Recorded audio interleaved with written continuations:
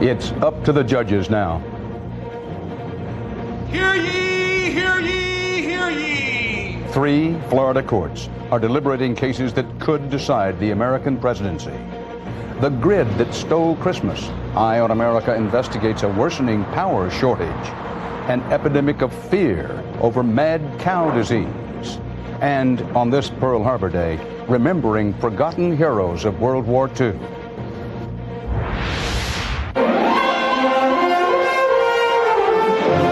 This is the CBS Evening News, with Dan Rather reporting from CBS News Election Headquarters in New York. Good evening. It is now 1 month since American voters went to the polls. Tonight, the historic battle for the presidency is in the hands of 3 Florida courts. Here's the latest. After hearing arguments from both sides, Florida Supreme Court justices began deliberating Vice President Gore's last stand appeal, contesting the election and pleading for hand counts of thousands of votes he says have never been counted. Rulings are expected tomorrow in 2 Democratic lawsuits that could tip Florida and the presidency to Gore. Both of these suits allege Republicans broke the law in modifying thousands of absentee ballot applications. The Republican-controlled Florida legislature meets tomorrow to consider choosing its own electors to ensure Texas Governor George Bush the presidency. CBS's correspondent team has the latest on the battle for the White House, beginning with Byron Pitts at the Florida Supreme Court in Tallahassee. Byron? Well, Dan, the justices have headed home for the night, having fired tough questions at both sides. But they really went after Al Gore's man early and often. Hear ye, hear ye, hear ye! The Supreme Court of the great state of Florida is now in session. Just 2 minutes and 10 seconds after that grand introduction, the grilling started. Gore's lawyer had barely reached the podium. May it please the court, my name is David Boies, and I represent the Vice President and Senator Lieberman. Mr. Boies, let me start right off. 31 times the court questioned or interrupted David Boies, questions about the Constitution and whether or not this court should even intervene this late after the election.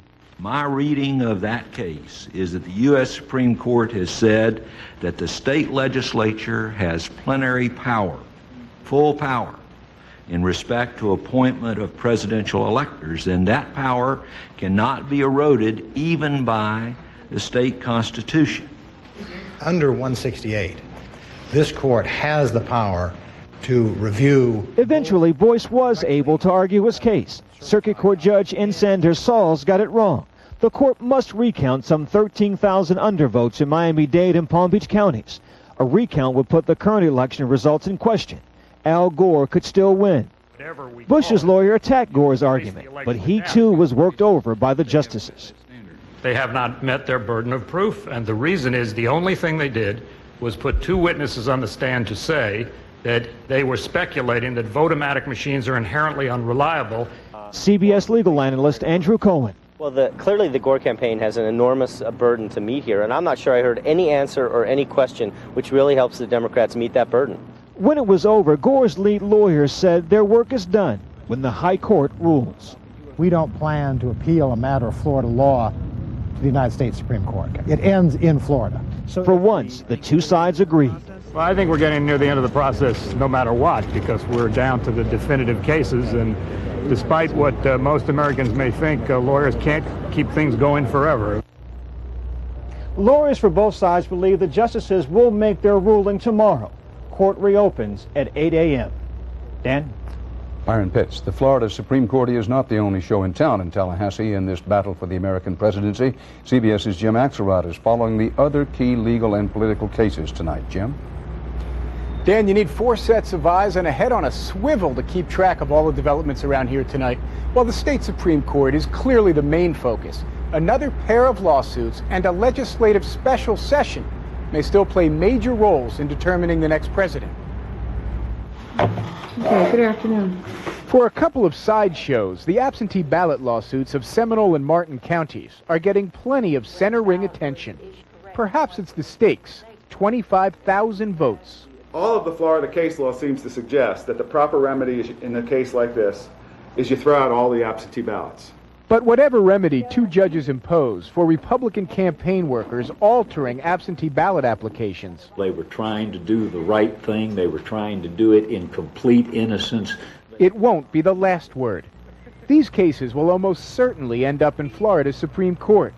Legal scholars don't hold out much hope for Democrats, with justices well aware that one decision could directly and immediately swing the election to Gore. I think the Florida Supreme Court would be reluctant to make, at least in this situation, Seminole County or even Florida the tail that wags the dog. Somebody's got to give some penalty. Somebody's got to be the adult in all this.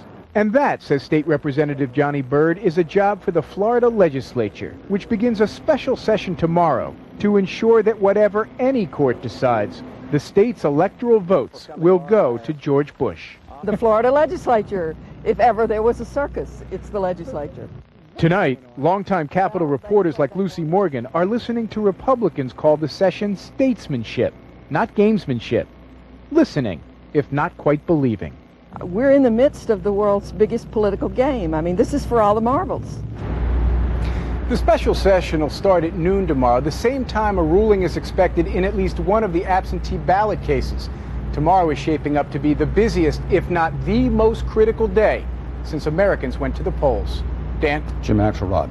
What the Florida courts and the state legislature do next could further open the question of whether a final decision on the presidency will be made in Florida or Washington. CBS's chief Washington correspondent Bob Schieffer is working this part of the story. Bob? Well, Dan, if you think it's been complicated so far, just look at what might be ahead if the Florida Supreme Court rules for Gore and those disputed ballots are recounted, or if those lower courts throw out the absentee ballots and Gore somehow wins the popular vote down there. Florida's 25 electoral votes, enough to win the presidency, would then go to Gore. But Florida's Republican-controlled legislature would almost certainly name its own set of Bush electors. So two sets of electoral votes, one for Gore, one for Bush, would head to Washington. And that's where it gets tricky. Congress would have to decide which of those sets will be disqualified and which will be counted. Certifying electors has been a ceremonial procedure in the past, but the presidency would be riding on what Congress decided this time. And deciding won't be easy. Here's why. The House and Senate must agree on which electors to disqualify. Since Gore's term doesn't run out until Inauguration Day, Democrats would control the new Senate, but Republicans will control the House. That points to deadlock. No one is quite sure what happens then. If both sets of electors are thrown out, Gore could claim victory, saying he had the most electoral votes. But Republicans would claim neither candidate had a majority and would insist the election be decided in the House, where each state has one vote and where Bush has the advantage. Or the Supreme Court could be asked to step in, which could provoke a real constitutional crisis. That's serious, because it means you'll have two of three branches fighting over who will be the head of the third branch. That's something, frankly, that the framers didn't contemplate, and it puts us in a very precarious position as a republic.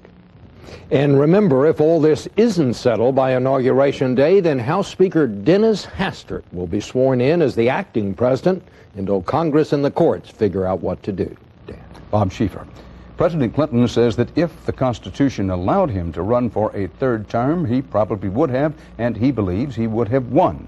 President Clinton also told Rolling Stone's Jan Winter that as life expectancy rises, the term limit should perhaps be changed to 2 consecutive terms, so a president who served 8 straight years could run again after a 4-year break. Coming up next on the CBS Evening News, modern times meet the dark ages as power supplies can't meet demand. And then later, America watches as Europe beefs up its fight against mad cow disease. If it isn't purple, it isn't Prilosec. Isn't it Prilosec time for you? Ask your doctor about the purple pill they call Prilosec.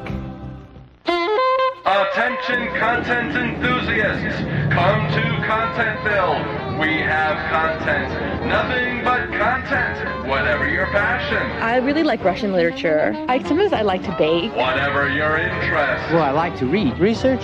I like research. We sell content you can download. Content that comes to your door. This is different. Content in all its glorious forms. Content? As in something inside of a content? No! We sell speeches, screenplays, e-books. E-books are great. We ship magazines within 24 hours. We have expert advice from America's leading independent bookstores, experts with independent opinions. We sell legal documents, archives, millions of books, all at great prices. Oh, really? Join the multitudes. Come to Contentville, where content is king and readers rejoice. You probably know, as it's often been stated, giving holiday gifts can be quite complicated. The post office is where you should go, no doubt. You can pack up your stuff and ship it on out. Get last-minute gifts if you've got a late start. Even rush them away to arrive Christmas Day, in case you've had a sudden change of heart. Fly like an eagle. You could grab an off-the-shelf computer for someone you love this holiday, or give them a computer that's built uniquely for them, a truly personal computer that's been turned into a music machine, or movie theater, or photo gallery, with training classes so they can get the most out of it. We think you can spot the better gift. Start with a fully loaded Gateway PC for just $799, including a year of America Online. Call 1-800-GATEWAY, where people rule. Constipation's bad enough, so why take a laxative with stimulants that could cause abdominal discomfort and cramps? Philips is different. It doesn't contain stimulants, so you should feel more comfortable. Philips Milk of Magnesia, the comfortable way.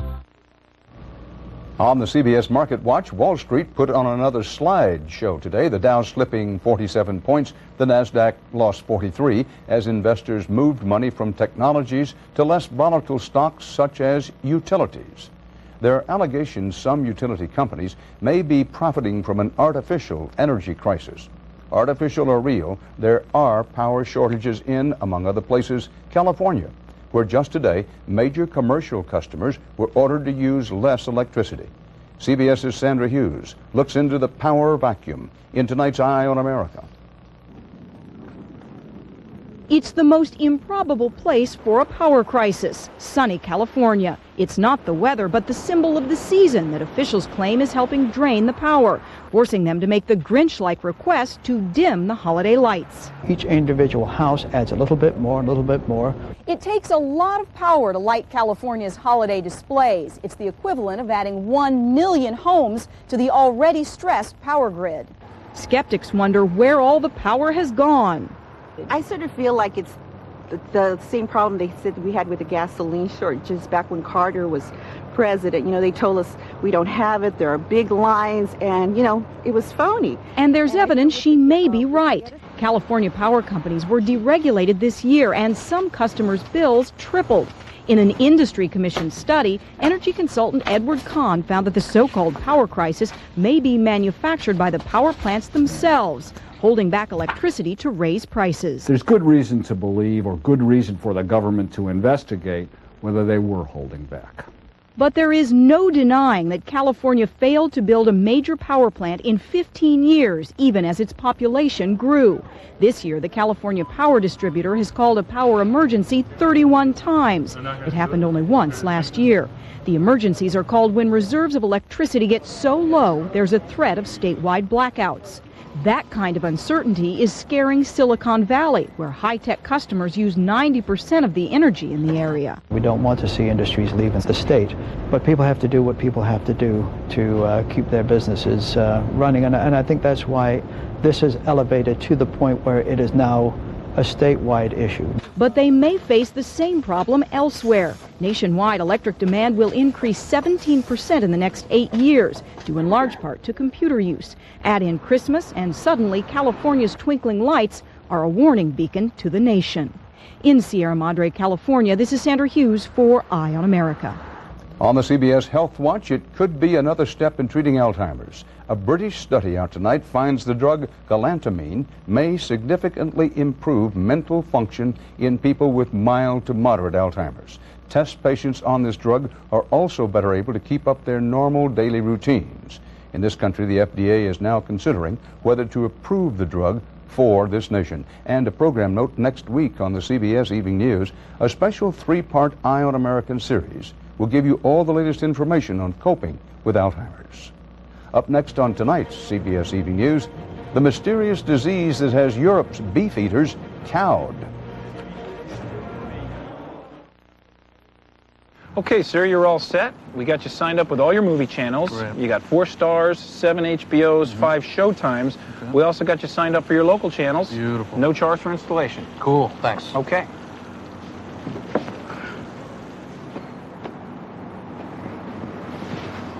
Signature? Sure. Yeah. Take care. Take care. Now get free professional installation when you buy a DirecTV system and sign up for Total Choice programming. The adorable Curly Top, the indomitable Heidi, and the wonderfully precocious Baby Take a Bow. 3 Shirley Temple classic family films now available in this special edition Shirley Temple video collection. Oh my goodness. These are the original motion pictures, brilliantly restored for today's audience. 3 tales of timeless family values, values of innocence, I wanted to talk to you about getting married. of friendship, Lean on me.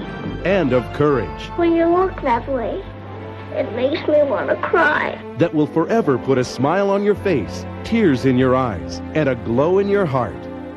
And she's awfully nice, too. Generation after generation have taken this delightful curly-haired kid into their hearts. I'm not a kid, I'm a girl, and today is my birthday. Now, for a limited time, Hollywood's biggest little star is back for an encore. And the most crackers in my soup. Monkeys and rabbits, loop-the-loop. This charming Shirley Temple video collection, including all 3 priceless motion pictures, is yours to treasure for only $29.98. Countless children have eagerly snuggled alongside their parents and grandparents to enjoy these life-affirming films. Now, through this special television offer, you can bring these heartwarming adventures into your home to share with a whole new generation of children. Oh, my duck does a wonderful trick. My duck can lay an egg. And just what is so wonderful about that? Well, can you lay an egg? Millions of videos have already been sold, and once they're gone, these treasured films will not be offered on video again. Experience the magic of Shirley Temple. Call now. Promise? Have your credit card ready and call the number on your screen now to order this special edition Shirley Temple video collection for only $29.98 plus shipping and handling. Or send a check or money order to the address shown. Call now. The battle for the White House. There's a chance it will all be over soon. Stay with television's most experienced political team for the latest tomorrow on the CBS Evening News with Dan Rather. American businessman Edmund Pope, facing 20 years in a Russian prison for spying, asked President Vladimir Putin today for a pardon. The 54-year-old Pope was convicted yesterday of illegally obtaining secret plans for a high-speed torpedo. The Russian Pardons Board considers his case tomorrow and is likely to recommend clemency.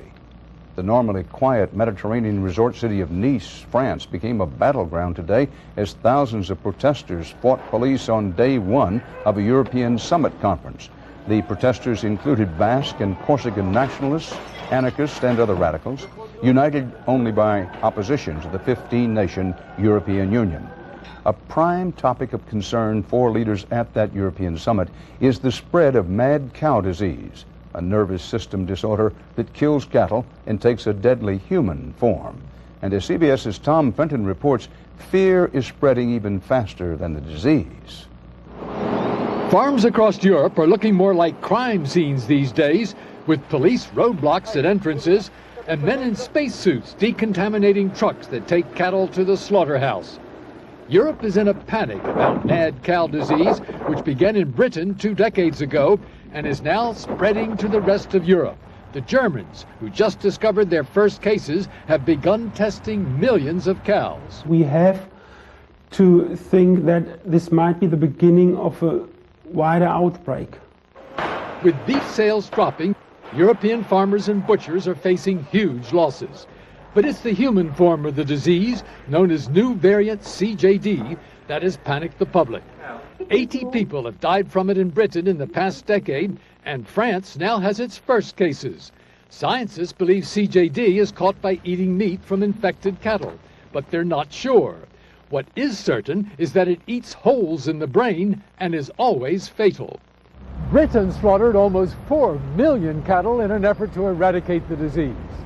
There are no reported cases of the animal or human form of the disease in America, but there could be problems for some Americans, especially those who have lived in Britain and now in other parts of Europe as well. The FDA has already banned blood donations from Americans who lived in Britain for at least 6 months from 1980 to 1996 because of the theoretical risk that variant CJD can be transmitted by blood.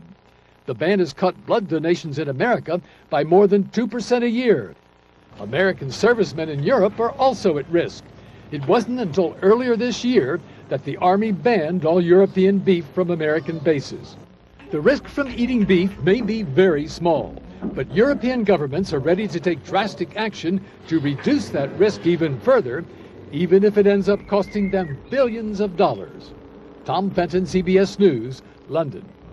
The two newest residents of the National Zoo in Washington were pictures of health today as they settled into their new digs. 2-year-old Mei Xiong and 3-year-old Tian Chen, giant pandas on loan from China, won't be seen in public for a few weeks, but they seem happy with the facilities and the food. Ahead on the CBS Evening News, the forgotten heroes of an unforgettable image. Oh. What's the matter, honey? Oh, heartburn. I know just what you need. New Alka-Seltzer Heartburn Relief. Faster than Pepcid or the leading prescription. New Alka-Seltzer Heartburn Relief. When it comes to certain questions, answers aren't always clear. Talking to my doctor about Prempro helped. Ask your doctor about Prempro. I'm glad I did.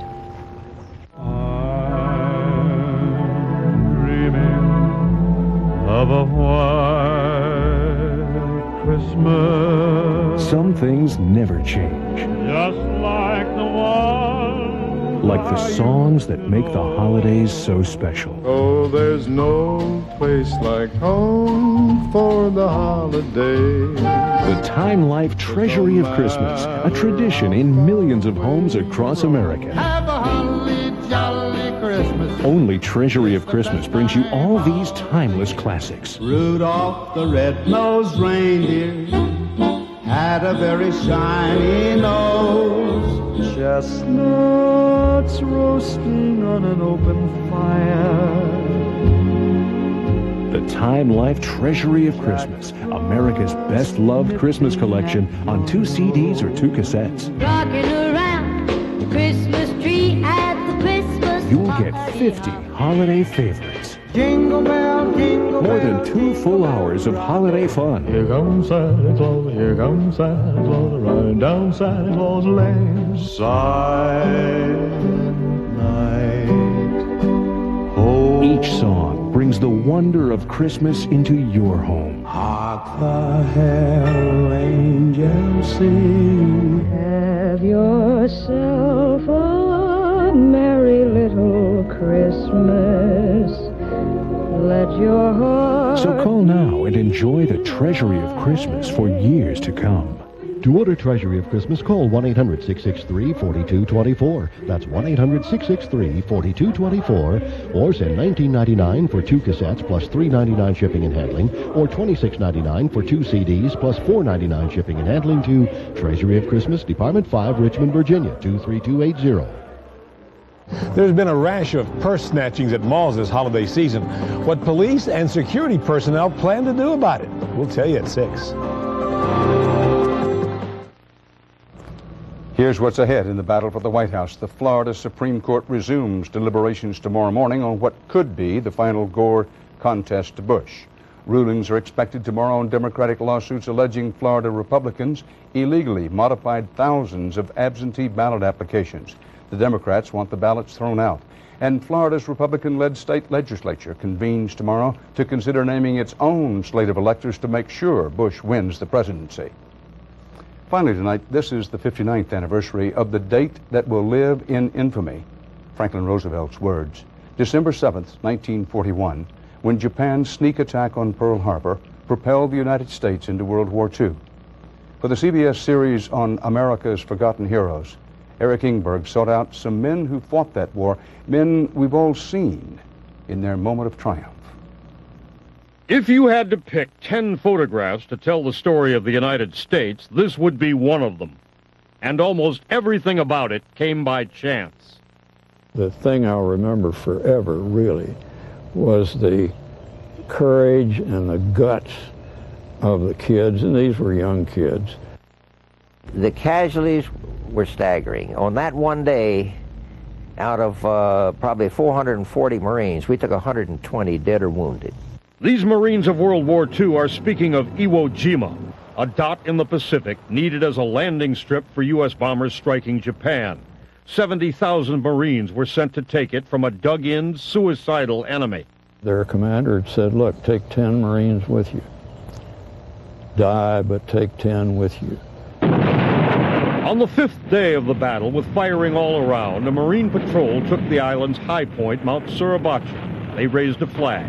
From every point on the island, you could see it. Nothing else on the island was anywhere near that high. Yeah, it was a very dramatic moment, and one which sort of rippled through the whole island and through the fleet. But that flag, now in the Marine Museum, isn't in the famous picture. Secretary of the Navy James Forrestal, on the island for the battle, asked for it as a souvenir. The colonel in charge had a ready answer. He said baloney. I mean, I said it in worse language than I'm telling you. And to make sure no big shots took his unit's flag, the colonel ordered it brought back.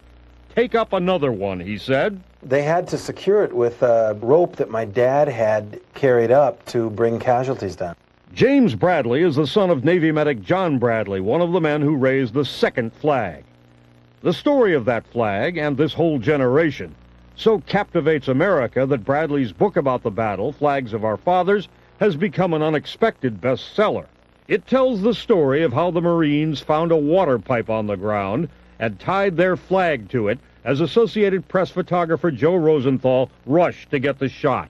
Out of the corner of his eye, he saw the pole begin to move, and he swung his heavy camera over and went click. Movies shot by a Marine cameraman show the whole thing was over in 4 seconds. We didn't pay any attention to the second one, really. We just went on with our business. No one even bothered that day to get the names of the 6 flag raisers.